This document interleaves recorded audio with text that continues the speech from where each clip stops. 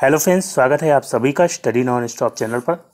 दोस्तों, ये general science practice set का 43वां पार्ट है और इससे पहले मैं 42 पार्ट ऑलरेडी अपलोड कर चुका हूं। तो इसमें मैं 25 क्वेश्चंस आपको सॉल्व कराता हूं जो कि रेलवे में प्रीवियस ईयर एग्जाम्स में पूछे गए क्वेश्चंस होते हैं, चाहे वो ग्रुप डी में पूछे गए हों या एएलपी में या फिर एनटीपीसी में। तो सभी क्वेश्चंस आपके लिए बहुत इंपॉर्टेंट होते हैं, तो वीडियो को लास्ट तक देखिएगा।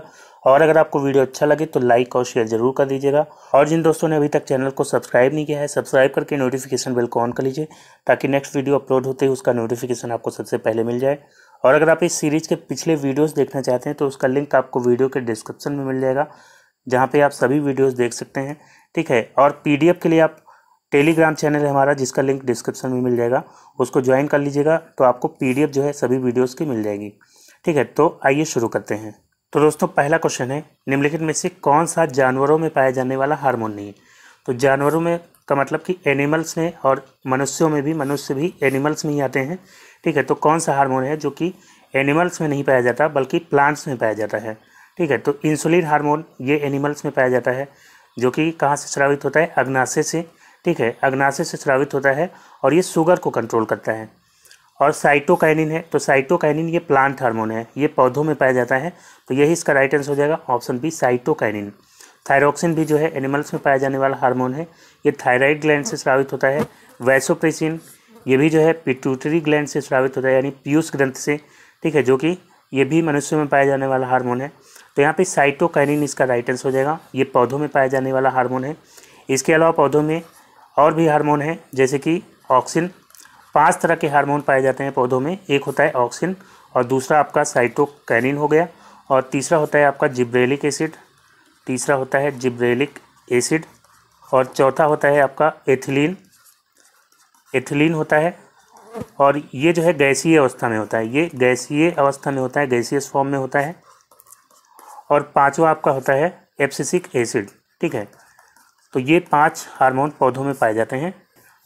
अब नेक्स्ट क्वेश्चन है, केल्विन पैमाने पर मानक कक्षीय तापमान कितना होता है। तो मानक कक्षीय तापमान यानी स्टैंडर्ड रूम टेम्परेचर, तो रूम टेम्परेचर जो है 25 डिग्री सेल्सियस को माना जाता है।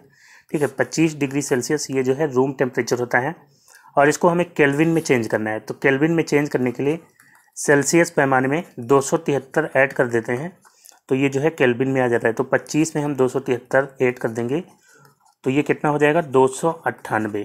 ठीक है, 298 केल्विन।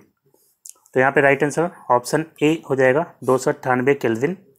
ठीक है, और अगर इसको फॉरेनहाइट में निकालना हो तो फॉरेनहाइट में कैसे निकालते हैं। तो फॉरेनहाइट के लिए फॉर्मूला होता है C/9 इक्वल टू F-32/9। यहाँ 5 होता है। ठीक है, C/5 इक्वल टू F-32/9। तो C कितना दिया गया है, 25 डिग्री सेल्सियस, तो 25/5 हो जाएगा इक्वल टू F-32/9। 5 से 25 जो है 5 बार जाएगा, और 9 अगर उधर जाएगा तो ये मल्टीप्लाई में हो जाएगा 5 के साथ, यानी F-32। ठीक है, F-32 इक्वल टू क्या हो जाएगा, 9×5 = 45, और F इक्वल टू कितना हो जाएगा, 45 + 32 यानी कि 77। ठीक है, 77 डिग्री फ़ारेनहाइट। ये जो है फ़ारेनहाइट में जो है रूम टेम्परेचर कितना होता है, 77 डिग्री फ़ारेनहाइट। ठीक है, तो यहाँ पे ऑप्शन ए इसका राइट आंसर हो गया। केल्विन में 298 केल्विन जो है स्टैंडर्ड रूम टेम्परेचर होता है।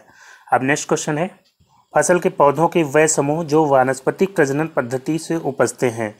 तो वानस्पतिक प्रजनन पद्धति क्या होती है, इसको कहते हैं वेजिटेटिव प्रोपोगेशन। इसमें क्या होता है, इसमें बिना बीज की सहायता से पौधे के किसी अन्य भाग से, जैसे जड़ से या तना से या पत्ती आदि से नए पौधे उगाने की प्रक्रिया को क्या कहते हैं, वानस्पतिक प्रजनन या वेजिटेटिव प्रोपोगेशन कहते हैं। ठीक है, तो यहाँ पे कौन से पौधे हैं जो इस तरह से उगाए जा सकते हैं बिना बीज की सहायता से। तो यहाँ पे इसका राइट आंसर हो जाएगा ऑप्शन सी, गन्ना और केला और आलू। ठीक है, ये तीनों जो है इस विधि से उगाए जाते हैं। ठीक है, तो यहाँ पे सी ऑप्शन इसका राइट आंसर हो जाएगा। अब नेक्स्ट क्वेश्चन है, निम्न में से कौन सा घोल विद्युत का चालक नहीं है। तो विद्युत के जो चालक घोल होते हैं उनको क्या कहते हैं, ऐसे पदार्थ जिनके घोल से विद्युत प्रवाहित हो सकती है, इलेक्ट्रिसिटी पास हो सकती है, उनको विद्युत अपघट्य कहते हैं या इलेक्ट्रोलाइट कहते हैं। ठीक है, तो ज़्यादातर जो अम्ल होते हैं और जो क्षार होते हैं और लवण होते हैं वो विद्युत अपघट्य होते हैं, यानी इनके घोल से इलेक्ट्रिसिटी पास हो सकती है। ठीक है, तो यहाँ पे दिया गया पहला ऑप्शन हाइड्रोक्लोरिक एसिड। तो ये जो है एक अम्ल का घोल है, ठीक है। तो इसमें से इलेक्ट्रिसिटी पास हो जाएगी। और फिर दिया गया है ग्लूकोज घोल, तो ये ना अम्ल है, ना क्षार है, ना ही लवण है, तो इसमें से इलेक्ट्रिसिटी नहीं पास हो पाएगी। ये जो है इलेक्ट्रोलाइट नहीं है। सोडियम हाइड्रोक्साइड जो है एक प्रबल क्षार होता है, तो इसके घोल से भी इलेक्ट्रिसिटी पास हो जाएगी। और एसिटिक एसिड, तो ये भी अम्ल है, तो इससे भी इलेक्ट्रिसिटी पास हो जाएगी। तो यहाँ पे राइट आंसर क्या होगा? ग्लूकोज घोल, ठीक है। ग्लूकोज घोल से इलेक्ट्रिसिटी नहीं पास होगी। अब नेक्स्ट क्वेश्चन है, कार्बोहाइड्रेट, वसा और प्रोटीन का पूर्ण पाचन कहाँ पर होता है? तो कार्बोहाइड्रेट, वसा और प्रोटीन का पूर्ण पाचन होता है छोटी आंत में। ऑप्शन सी इसका राइट आंसर हो जाएगा, छोटी आंत में। छोटी आंत में कौन कौन से एंजाइम होते हैं जो कि इनका पाचन करते हैं? तो इसके लिए शॉर्टिक है स्मेल, ठीक है, स्मेल, ठीक है। तो यहाँ पे एस से क्या होता है? एस से होता है सुक्रेज। सुक्रेज ये किसका पाचन करता है? ये सुक्रोज का पाचन करता है। ये सुक्रोज का पाचन करता है, जो कि क्या है? शर्करा है, यानी कार्बोहाइड्रेट हो जाएगा। और एम क्या है? ये है माल्टेज। तो माल्टेज जो है किसका पाचन करता है? माल्टोज का। माल्टोज शर्करा है, तो यहाँ पे माल्टोज का ये पाचन करता है। और ई क्या है? ई से इरेप्सिन हो जाएगा, इरेप्सिन। तो इरेप्सिन किसका पाचन करता है? ये प्रोटीन का पाचन करता है। प्रोटीन को किस में तोड़ता है? अमीनो अम्ल में, ठीक है। अमीनो अम्ल में प्रोटीन को कौन तोड़ता है? तो इरेप्सिन तोड़ता है। और एल से क्या हो जाएगा? एल से एक तो हो जाता है लैक्टोज, लैक्टेज होता है, लैक्टेज एंजाइम है जो कि किसका पाचन करता है? लैक्टोज का, ठीक है। और दूसरा जो एल है, इससे हो जाएगा लाइपेज। लाइपेज किसका पाचन करता है? तो लाइपेज पाचन करता है वसा का, यानी फैट का। इसको जो है वसीय अम्लों में तोड़ देता है, फैटी एसिड में तोड़ देता है फैट को। तो यहाँ पे राइट आंसर क्या हो गया? ऑप्शन सी, छोटी आंत में।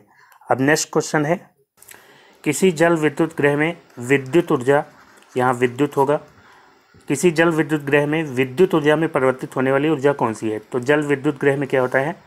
बांध होता है, बांध के द्वारा पानी रोका जाता है नदी का, इस तरह से, ठीक है। और ये पानी जो है गिरता है टरबाइन मशीन पर गिरता है। ये मान लीजिए टरबाइन मशीन है, इस तरह से, तो इस पर गिरता है, जिसके कारण टरबाइन मशीन घूमती है और इससे जो है बिजली का उत्पादन किया जाता है, ठीक है। तो यहाँ पे पानी की गतिज ऊर्जा का इस्तेमाल किया जाता है। पानी गिरता होता है, गति में होता है, और उसी गतिज ऊर्जा के इस्तेमाल से जो है विद्युत का उत्पादन होता है। तो यहाँ पे सी ऑप्शन इसका राइट आंसर हो जाएगा, गतिज ऊर्जा। और जो रोका हुआ पानी होता है, बांध से रोका गया जो पानी होता है, उसमें कौन सी ऊर्जा होती है? तो इसमें जो है पोटेंशियल एनर्जी, यानी कि स्थितिज ऊर्जा होती है, स्थितिज ऊर्जा होती है, ठीक है। अब नेक्स्ट क्वेश्चन है, वनस्पति भागों या बीज के बजाय कोशिकाओं के माध्यम से नए पौधों को उगाना क्या कहा जाता है? तो वनस्पति भागों के द्वारा मैंने अभी आपको बताया था पिछले क्वेश्चन में, जिसमें वनस्पति भागों के जड़, तना, पत्ती आदि के माध्यम से जो है नए पौधे उगाए जाते हैं, उसको क्या कहते हैं? वनस्पति प्रजनन कहते हैं। लेकिन यहाँ पे इसके बजाय, वनस्पति भागों या बीज के बजाय कोशिकाओं के माध्यम से अगर नए पौधे उगाए जाएंगे तो उसको क्या कहा जाएगा? तो इस विधि को कहते हैं टिश्यू कल्चर। इसमें कोशिकाओं के माध्यम से जो है नए पौधे उगाए जाते हैं।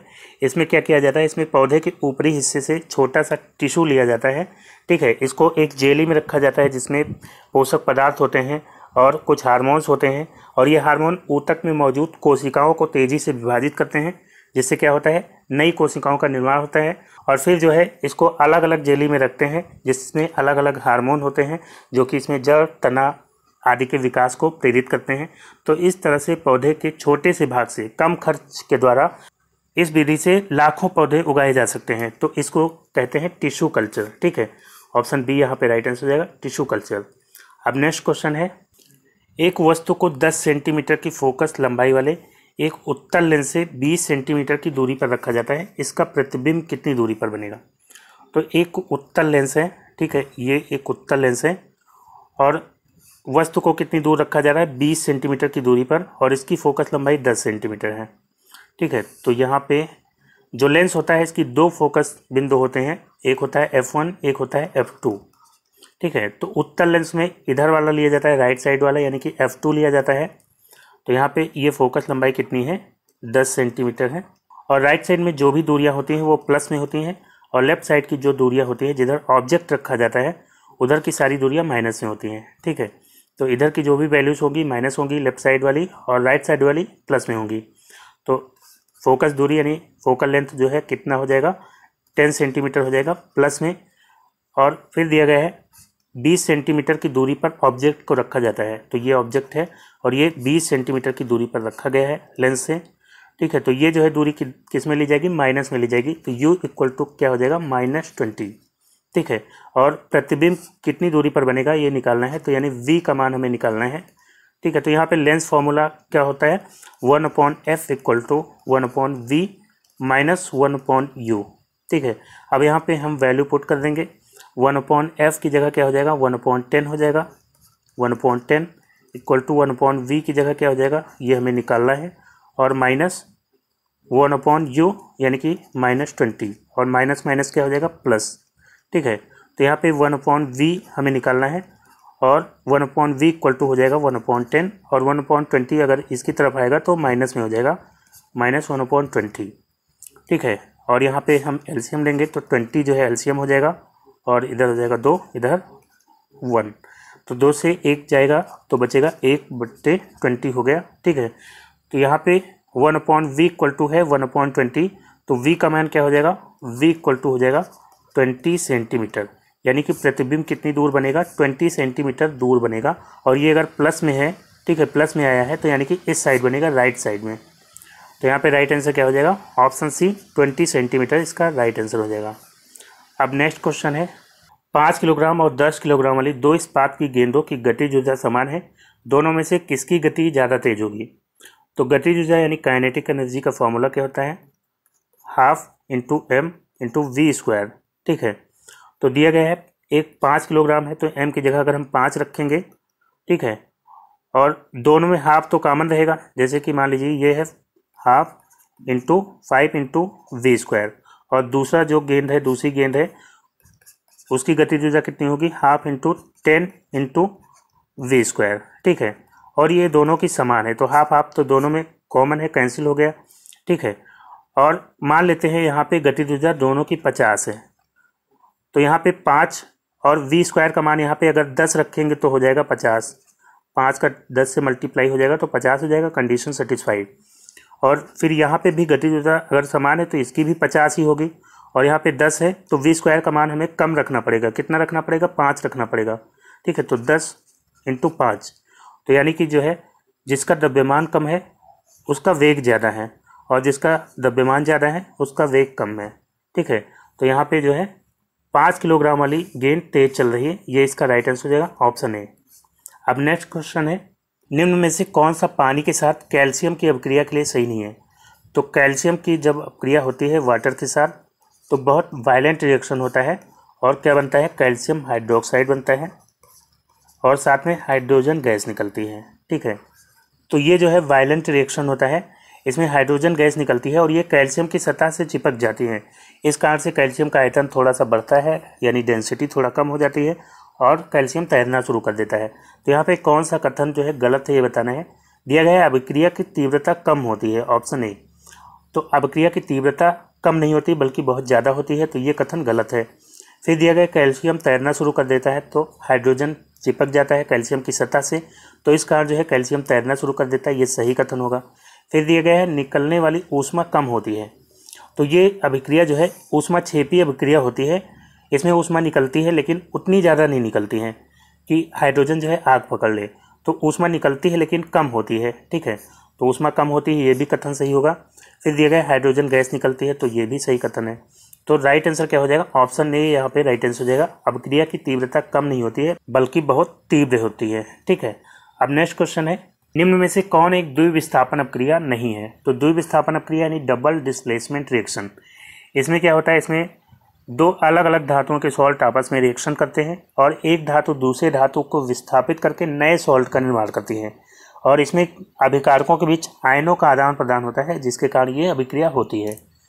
जैसे कि यहाँ पे पहला ऑप्शन है कॉपर सल्फेट है, तो कॉपर के ऊपर जो है +2 का चार्ज है, सल्फेट के ऊपर -2 का, हाइड्रोजन यहाँ पे है, हाइड्रोजन के ऊपर +2 का चार्ज और सल्फर के ऊपर -2 का। तो यहाँ पे एक्सचेंज हो जा रहा है। यहाँ पे जो -2 है, -2 चार्ज वाला आयन है सल्फेट, ये जो है किसके साथ हो जा रहा है, यहाँ पे हाइड्रोजन के साथ हो रहा है, और जो पहले हाइड्रोजन के साथ था सल्फर, ये किसके साथ हो गया, कॉपर के साथ, तो यहाँ पे कॉपर सल्फाइड हो गया, ठीक है। तो आयन्स का यहाँ पे एक्सचेंज हो रहा है। इसी तरह से दूसरे ऑप्शन में देखेंगे तो बेरियम क्लोराइड है, ठीक है। तो क्लोरीन के 2 एटम जो है अब किसके साथ हो गए, यहाँ पे हाइड्रोजन के साथ हो गए, ठीक है।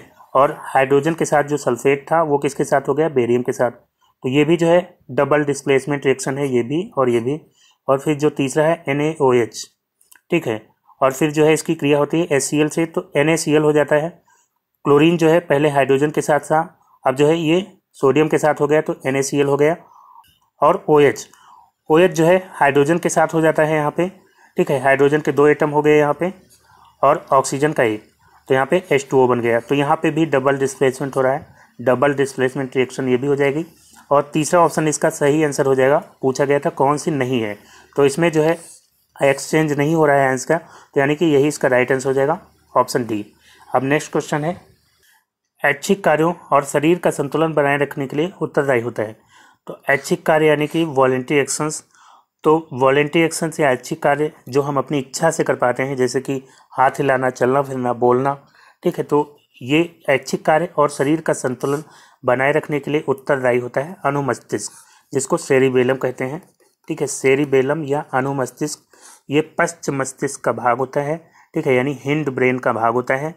और ये जो है बॉडी पोस्चर को कंट्रोल करता है और पेशियों की बनावट का नियंत्रण करता है, ऐच्छिक कार्यों का नियंत्रण करता है और शरीर का संतुलन बनाए रखने के लिए उत्तरदायी होता है, ठीक है। तो यहाँ पे डी ऑप्शन इसका राइट आंसर हो जाएगा, अनुमस्तिष्क या सेरिबेलम। अब नेक्स्ट क्वेश्चन है, लंगर डालकर रोकी हुई नाव लहरों से हिल रही है, जिसके तरंगों के 2 ऊपरी सिरों की दूरी कितनी दी गई, 100 मीटर, और तरंगों के ऊपरी सिरों का वेग दिया गया है 25 मीटर पर सेकेंड। तो नाव के हिलने की आवृत्ति क्या होगी। तो यहाँ पे एक जो है नाव है जो कि पानी में तैर रही है, ठीक है। एक छोटी सी नाव है, पानी में तैर रही है इस तरह से, और कोई लहर आती है ऐसे, इस तरह से लहर आती है जो कि नाव को हिला रही है।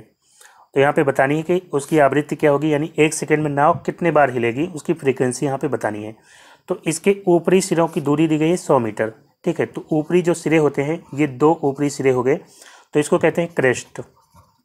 और जो निचले सिरे होते हैं ये 2 निचले सिरे हो गए, इसको क्या कहते हैं, ट्रफ कहते हैं, ठीक है। ट्रफ और क्रेस्ट, तो 2 क्रेस्ट और 2 ट्रफ के बीच की जो दूरी होती है वो उसको कहते हैं तरंग दैर्घ्य। इसी को क्या कहते हैं, तरंग दैर्घ्य कहते हैं, यानी कि वेव लेंथ। और ये कितनी दी गई है, 100 मीटर, ठीक है। तो 100 मीटर ये दी गई है तरंग दैर्घ्य, यानी कि लैम्डा इक्वल टू कितना दिया गया है, 100 मीटर। और इसकी स्पीड कितनी दी गई है तरंग की, तो 25 मीटर पर सेकेंड, ठीक है। 25 मीटर पर सेकेंड इसकी स्पीड दी गई है तरंग की, 25 मीटर पर सेकेंड। फ्रीक्वेंसी हमें निकालनी है, ठीक है, फ्रीक्वेंसी हमें निकालनी है। तो जो स्पीड होती है ये किसके बराबर होती है, स्पीड होती है लैम्डा इंटू एफ, यानी फ्रीक्वेंसी के बराबर, ठीक है। लैम्डा इंटू फ्रीक्वेंसी, तरंग दैर्घ्य गुणे आवृत्ति के बराबर होती है स्पीड। तो स्पीड कितनी दी गई है, 25 मीटर पर सेकेंड, 25 हो जाएगा। और लैम्डा कितना है, तरंग दैर्घ्य 100 मीटर इंटू फ्रीक्वेंसी हमें निकालनी है। तो फ्रीक्वेंसी कितना हो जाएगा, फ्रीक्वेंसी इक्वल टू हो जाएगा 25/100, और यहाँ पे 100 से डिवाइड होगा 25 तो आ जाएगा 0.25। 0.25 जो है हर्ट्ज इसका आंसर हो जाएगा। तो यहाँ पे कौन सा आंसर होगा, ऑप्शन डी यहाँ पे राइट आंसर हो जाएगा, 0.25 हर्ट्ज। अब नेक्स्ट क्वेश्चन है, योग्यतम की उत्तरजीविता उक्त के रचयिता कौन थे। तो योग्यतम की उत्तरजीविता यानी सर्वाइवल ऑफ द फिटेस्ट, इसको कोड किया था हर्बर्ट स्पेंसर ने। ऑप्शन सी इसका राइट आंसर हो जाएगा, हर्बर्ट स्पेंसर, ठीक है। और चार्ल्स डार्विन, इनका जो सिद्धांत था उसका क्या नाम था, तो इनके सिद्धांत का नाम था प्राकृतिक चयन का सिद्धांत, यानी कि थ्योरी ऑफ नेचुरल सिलेक्शन, ठीक है। तो यहाँ पे इनका भी याद रखिएगा। और हर्बर्ट स्पेंसर, इन्होंने कोड किया था योग्यतम की उत्तरजीविता यानी कि सर्वाइवल ऑफ द फिटेस्ट। अब नेक्स्ट क्वेश्चन है, किस कोशिकांग को कोशिका का मास्टर कहा जाता है। तो कोशिका का मास्टर कहते हैं नाभिक को, या इसको केंद्रक कह सकते हैं, ठीक है, केंद्रक या न्यूक्लियस। तो न्यूक्लियस जो है ये कोशिका में उपस्थित सबसे बड़ा कोशिकांग होता है, जो कि कोशिका में होने वाली क्रियाओं का नियंत्रण करता है, इसीलिए इसको कोशिका का मास्टर कहते हैं, ठीक है। और केंद्रक की खोज किसने की थी, तो केंद्रक की खोज किसने की थी, रॉबर्ट ब्राउन ने। रॉबर्ट ब्राउन ने जो है केंद्रक की खोज की थी। अब नेक्स्ट क्वेश्चन है, उत्तल लेंस की फोकस लंबाई 50 सेंटीमीटर है, इसकी शक्ति की गणना करें। तो बिल्कुल सिंपल सा क्वेश्चन है, फोकस लंबाई कितनी दी गई है, फोकस लेंथ दी गई है 50 सेंटीमीटर, और इसको हमें मीटर में चेंज करना होगा क्योंकि एसआई यूनिट क्या होती है, मीटर होती है। ठीक है। तो 100 से हम डिवाइड करेंगे तो ये हो जाएगा 0.5 मीटर। ठीक है। और शक्ति इसकी गणना करना है शक्ति की, तो लेंस की जो पावर होती है इसका फार्मूला होता है 1/f। ठीक है, यानी कि 1/0.5 हो जाएगा और पॉइंट हटाएंगे तो यहाँ पे 0 आ जाएगा। 5 2 जा 10, तो राइट आंसर क्या हो जाएगा 2D। ठीक है। लेंस की जो क्षमता होती है उसकी यूनिट क्या होती है, डायोप्टर होती है, जिसको कैपिटल D से डिनोट करते हैं। ठीक है, और इसको डायोप्टर कहते हैं। तो 2 डायोप्टर जो है इसका आंसर हो जाएगा ऑप्शन C। अब नेक्स्ट क्वेश्चन है, एक तत्व का परमाणु क्रमांक कितना है, 53 दिया गया है, यह क्या है। तो 53 परमाणु क्रमांक होता है आयोडीन का। आयोडीन का परमाणु क्रमांक होता है 53 और ये 17वें ग्रुप का तत्व होता है। और 17वें ग्रुप के जितने भी तत्व होते हैं उनको क्या कहते हैं, हैलोजन कहते हैं। ठीक है, तो यहाँ पे ऑप्शन डी इसका राइट आंसर हो जाएगा, हैलोजन तत्व है। अगर इसका आप इलेक्ट्रॉनिक विन्यास करेंगे तो उससे भी पता चल जाएगा कि ये हैलोजन ग्रुप का एलिमेंट है, क्योंकि आखिरी कक्षा में जो है 7 इलेक्ट्रॉन होते हैं हैलोजन में। तो इसका इलेक्ट्रॉनिक विन्यास करते हैं तो ये होता है पहली कक्षा में 2 इलेक्ट्रॉन, दूसरी में 8, तीसरी में 18 और चौथी में जो है, चौथी में भी 18 होंगे, पाँचवीं में 7। ठीक है, तो यहाँ पे 7 इलेक्ट्रॉन आखिरी कक्षा में है, तो इसलिए जो है ये हैलोजन ग्रुप का तत्व है। तो ऑप्शन डी इसका राइट आंसर हो जाएगा। अब अगला क्वेश्चन है, 60 ग्राम हीलियम में मोलों की संख्या क्या होगी। तो 60 ग्राम हीलियम में मोलों की संख्या निकालने के लिए सबसे पहले हीलियम का हमें एटॉमिक मास पता होना चाहिए। तो हीलियम का जो है एटॉमिक नंबर होता है 2 और एटॉमिक मास होता है 4, तो यानी कि 4U इसका मॉलिकुलर मास हो जाएगा और इसका मोलर मास कितना हो जाएगा 4 ग्राम। ठीक है, 4 ग्राम इसका मोलर मास हो जाएगा। ठीक है, और यहाँ पे 4 ग्राम यानी कि 1 मोल हो गया। 4 ग्राम में हीलियम का 1 मोल होगा, तो 1 ग्राम में हीलियम के कितने मोल होंगे, 1/4। ठीक है, और हमें निकालना कितने ग्राम में है, 60 ग्राम में। तो 60 ग्राम में 1/4 मल्टीप्लाई बाई 60 हो जाएगा। 4 से 60 जो है 15 बार जाएगा, तो 15 मोल जो है इसका राइट आंसर हो जाएगा, 15 मोल। तो ऑप्शन बी यहाँ पे राइट आंसर हो गया। तो इस तरह से आप इसको निकाल सकते हैं, या फिर इसका फॉर्मूला होता है मोलों की संख्या n = होता है गिवन मास यानी small m upon molar mass यानी कैपिटल M। तो गिवन मास कितना है 60 ग्राम दिया गया है, अपॉन मोलर मास कितना आया था, मोलर मास आया था 4 ग्राम। ठीक है, अपॉन 4 करेंगे तो इस तरह से भी 15 आ जाएगा। तो यहाँ पे बी ऑप्शन इसका राइट आंसर हो गया। अब नेक्स्ट क्वेश्चन है, निम्न में से अर्धसूत्रण के लिए कौन सा कथन सत्य नहीं है। तो अर्धसूत्रण यानी कि अर्धसूत्री विभाजन, या इसको मियोसिस कहते हैं। ठीक है, तो अर्धसूत्री विभाजन जो है लैंगिक प्रजनन में होता है। इसमें क्या होता है, इसमें युग्मक के उत्पादन के लिए जो है जनन ग्रंथियों में विभाजन होता है, 2 स्टेप में ये होता है। ठीक है, तो यहाँ पे ये 2 चरणों में होता है, ये कथन सही हो जाएगा। फिर दिया गया है जनन ग्रंथियों यानी गोनेट्स में अर्धसूत्रण युग्मक के उत्पादन के लिए होता है। ठीक है, तो जनन ग्रंथियों में यानी कि शुक्राणु और अंडाणु में अर्धसूत्रण होता है युग्मक के उत्पादन के लिए यानी जाइगोट के निर्माण के लिए होता है। ठीक है, तो ये भी जो है सही कथन होगा। फिर दिया गया है अर्धसूत्रण के दौरान जनक कोषों के जीन परिणामी कोषों में मिश्रित हो जाते हैं। तो जनक कोषों यानी पेरेंट सेल और परिणामी कोष यानी कि डॉटर सेल्स में, तो पेरेंट सेल के जीन जो है डॉटर सेल में मिश्रित हो जाते हैं। ठीक है, तो ये भी कथन सही हो जाएगा। फिर दिया गया है अर्धसूत्रण के परिणाम स्वरूप परिणामी कोषों में गुणसूत्रों की संख्या दुगनी हो जाती है। तो परिणामी कोष यानी कि डॉटर सेल या संतति कोशिकाएं, तो इसमें गुणसूत्रों की संख्या क्या होती है, आधी हो जाती है, दुगनी नहीं होती है। तो राइट आंसर क्या हो जाएगा यहाँ पे ऑप्शन डी, ये कथन गलत है, ये कथन गलत है, तो यही इसका राइट आंसर हो जाएगा। ठीक है, अब अगला क्वेश्चन है, 540 ग्राम ग्लूकोज में मोलों की संख्या क्या होगी। तो मोलों की संख्या निकालनी है, आराम से निकाल सकते हैं अगर आपको ग्लूकोज का फॉर्मूला मालूम है। ग्लूकोज का फॉर्मूला क्या होता है, C6H12 और O6। ठीक है, 6 12 6, C6H12 और O6। तो कार्बन का जो है मॉलिकुलर मास क्या होगा, यहाँ पे 6 एटम है, कार्बन के 1 एटम का मास होता है 12U, 6 एटम का मास हो जाएगा 12 × 6। हाइड्रोजन का कितना हो जाएगा, हाइड्रोजन के 12 एटम है, तो हाइड्रोजन का 1 एटम का 1U होता है, तो 1 × 12 हो जाएगा। ऑक्सीजन का कितना होता है, तो ऑक्सीजन का जो है 16U होता है, 1 एटम का 6 से मल्टीप्लाई हो जाएगा, 16 × 6 = 96, तो यहाँ 72 हो जाएगा, 12 × 72 प्लस 12 प्लस 16 × 96। ठीक है, 96। तो यहाँ पे इसको अगर ऐड करेंगे तो 6 2 8 2 10 और 9 1 10 7 17 और 1 कैरी 18, 180U हो जाएगा ग्लूकोज का, ये हो जाएगा मॉलिकुलर मास, और इसका मोलर मास कितना हो जाएगा, मोलर मास हो जाएगा 180 ग्राम। ठीक है, 180 ग्राम जो है क्या हो गया, मोलर मास 180 ग्राम जो है 1 मोल के बराबर है ग्लूकोज के। तो 1 ग्राम जो है कितने मोल के बराबर होगा, 1/180 ग्राम के बराबर होगा। और हमें निकालना है 540 ग्राम, 540 ग्राम का हमें निकालना है। तो 1/180 का मल्टीप्लाई हो जाएगा 540 में। ठीक है, 0 से 0 कैंसिल, 18 3 54। तो यहाँ पे आ गया 3 मोल। ठीक है, 3 मोल इसका राइट आंसर हो जाएगा, ऑप्शन डी।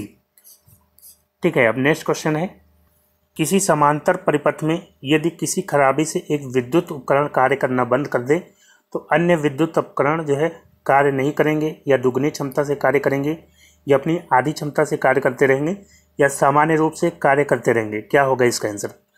तो समांतर परिपथ जो होता है, ये हमारे घरों की जो वायरिंग होती है वो समांतर परिपथ होती है, पैरेलल सीरीज होती है।